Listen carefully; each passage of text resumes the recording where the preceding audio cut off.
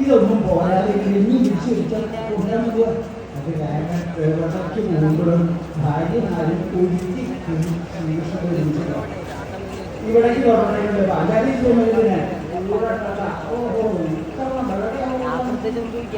സത്യഭാമയെ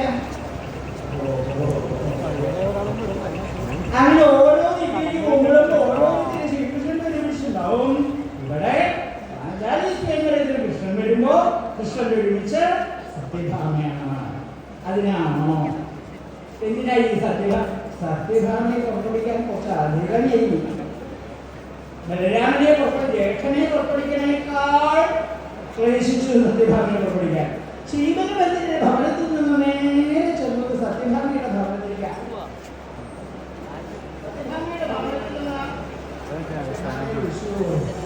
സത്യഭാമയെ